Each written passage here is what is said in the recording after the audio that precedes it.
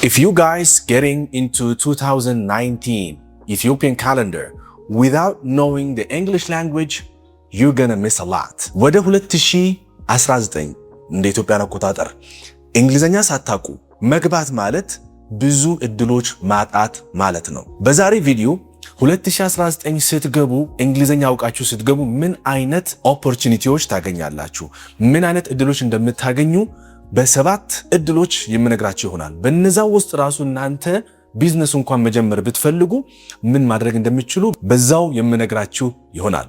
Are you ready? Let's get started. Hello beautiful people. My name is Nabil and this is Speak to Reach.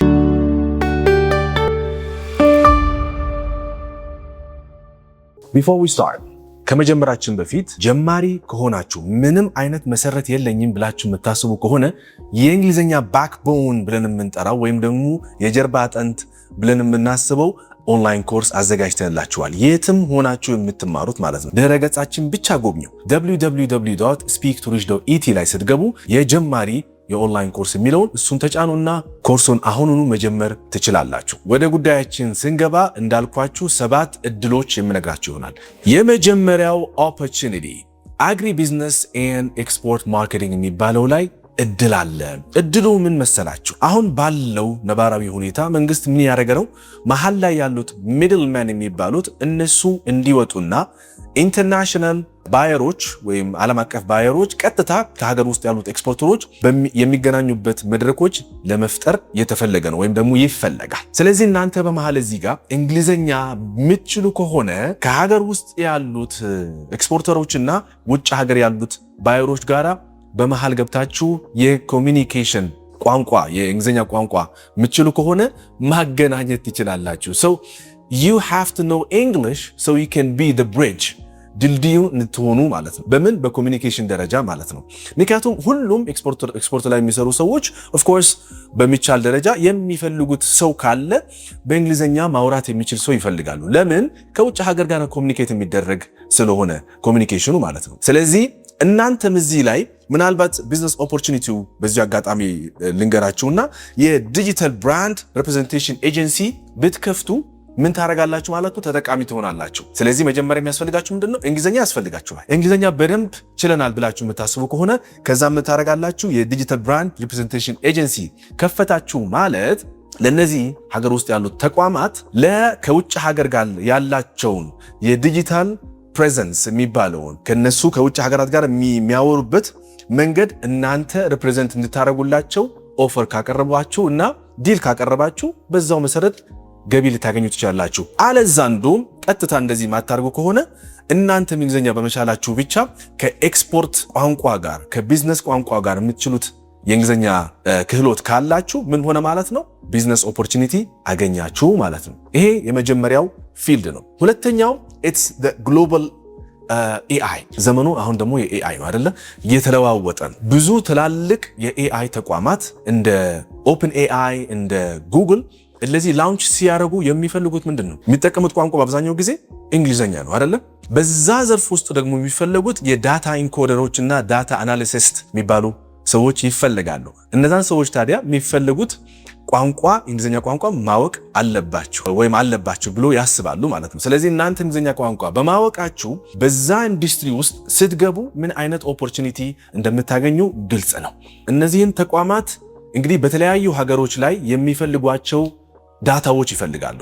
ዳታ ማለት ኤአይ ራሱ የሚሰራው በዳታ ስለሆነ ማለት ነው። መሰረት ዳታ መረጃ ከሌለው ኤአይ መስራት ፋንክሽን ማድረግ አይችልም። ስለዚህ በተለያየ ሀገር ውስጥ ያለውን ዳታ በእያንዳንዱ ሀገር ላይ ሰዎች ይኖሯቸዋል። እናንተ ኢትዮጵያ ውስጥ ሆናችሁ የነዛን ተቋማት ዳታ ኢንኮደሮች ወይም ደግሞ ዳታ አናሊሲስት ሆናችሁ ከተገኛችሁ ደግሞ ምን ያህል ተጠቃሚ እንደምትሆኑ ምን ያህል ተከፋይ እንደምትሆኑ በውጭ ሀገር የክፍያ አይነቶች ማለት ነው አስቡ እንግዲህ። ስለዚህ ትጠቀማላችሁ ማለት ነው። እንግሊዘኛ እዚህ ጋር በዚህ ግሎባል ዘመን ላይ ወይም በግሎባል ትራንስፎርሜሽን ዘመን ላይ ያለንበት እንግሊዘኛ አወቃችሁ ማለት በኤአይ ደረጃ ውስጥ ምን ያህል ተጽዕኖ እንደምትፈጥሩ በዚሁ ማየት ትችላላችሁ ማለት ነው። ይሄ ሁለተኛው ኦፖርቹኒቲ ነው። በሶስተኛ ደረጃ የሚገኘው አሁን እንደሰማችሁ የኢትዮጵያ የወርልድ ትሬድ ኦርጋናይዜሽን ወይም ደግሞ WTO የሚባለውን በዓለም አቀፍ ደረጃ ከተለያዩ ሀገራት ጋራ የትሬድ ወይም የንግድ ልውውጥ ልታደርግ ነው። ስለዚህ ንግድ ልውውጥ በሚደረግበት ሰዓት ላይ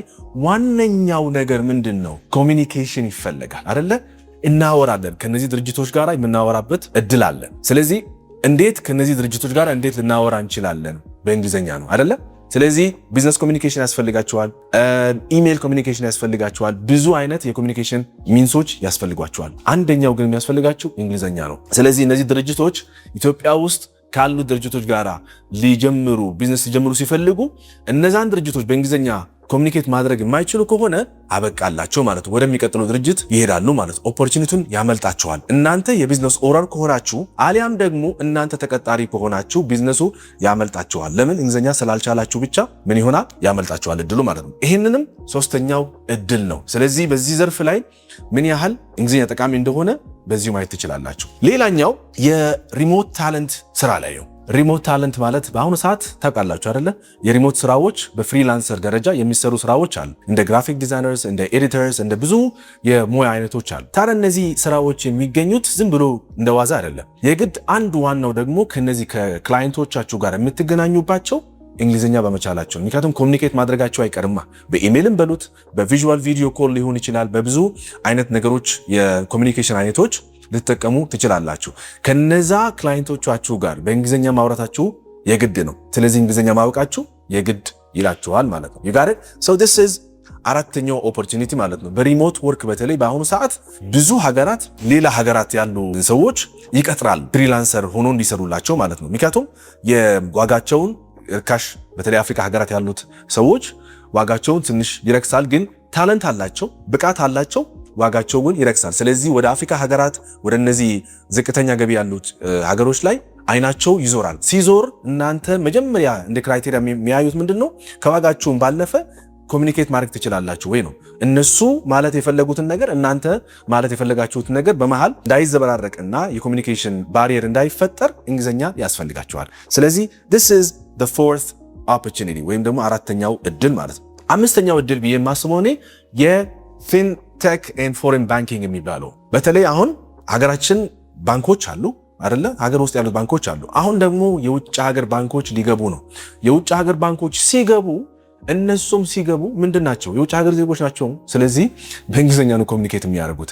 በባንኪንግ ሴክተር ላይ ያላችሁ፣ በፋይናንስ ሴክተር ላይ ያላችሁ ሰዎች ቋንቋችሁ ከነሱ ጋር ማይግባባ ከሆነ ወይም ደግሞ ከነሱ የፋይናንስ ቋንቋ ጋር የማይባ ተርሚኖሎጂዎች አሉ። ባይ ዘ ወይ እንግሊዝኛ ሁሉም ተመሳሳይ አይደለም። አሁን በሜዲካል ዘርፍ ላይ ያለው ተርሚኖሎጂ አለ፣ በፋይናንስ ዘርፍ ላይ ያለው ተርሚኖሎጂ አለ። እነዚህን ተርሚኖሎጂዎች ካልተረዳችሁ፣ የፋይናንስ ቋንቋ ካልተረዳችሁ፣ እንግሊዝኛ ሆኖ ራሱ የፋይናንስ ቋንቋ ካልተረዳችሁ ምን ይፈጠራል ማለት ነው? ሚስ ኮሚኒኬሽን ይፈጠራል። ሰው ያንን ከተፈጠረ ያንን ሰው ተፈላጊ አይሆንም ማለት ነው። ያንን ኦፖርቹኒቲ ታጣላችሁ። እናንተም ሰራተኛ ሆናችሁ ወይም ደግሞ በዘርፉ ላይ ያላችሁ ባለሙያዎች ከሆናችሁ እንግሊዝኛ በጣም አስፈላጊ የሆነበት ጊዜ በአሁኑ ሰዓት ነው። ምክንያቱም እነዚህን ተቋማት መምጣታቸው አይቀሬ ነው። ሲመጡ እናንተ ዝግጁ ሆናችሁ ካልተገኛችሁ ኦፖርቹኒቲው you will miss the opportunity. That's clear. So this is the fifth opportunity. You need to know English to sustain or to keep going in this fluctuating economy. እሺ ስድስተኛው ከማኒፋክቸሪንግ ጋራ በተገናኘ ነው። if you know አሁን ፍሪ ዞኖች ኢትዮጵያ ውስጥ የተከፈቱ አይደለ? በተለያዩ ቦታዎች አሁን ወደፊት መስፋፋታቸው አይቀርም። ኢንዱስትሪ ፓርክስ የሚባሉት ደግሞ እያደጉ የመጡ ናቸው። እዛው ስራ ላይ ደግሞ የሚሳተፉት አብዛኛው ጊዜ የሀገር ውስጥ ኢንቨስተሮች ሊኖሩ ይችላሉ። ከውጭ ሀገራት ደግሞ በአብዛኛው ደረጃ እነሱ ከውጭ ሀገር ዳይሬክት ኢንቨስትመንት የሚባለው እንዲሳብ ነው የሚፈለገው። ስለዚህ እነዚህ ተቋማት ወደ ከውጭ ወደ ኢትዮጵያ ውስጥ ሲመጡ የሚፈልጉት የሰው ኃይል ምንድነው? እንግሊዝኛ የሚችል የሰው ኃይል ይፈልጋሉ።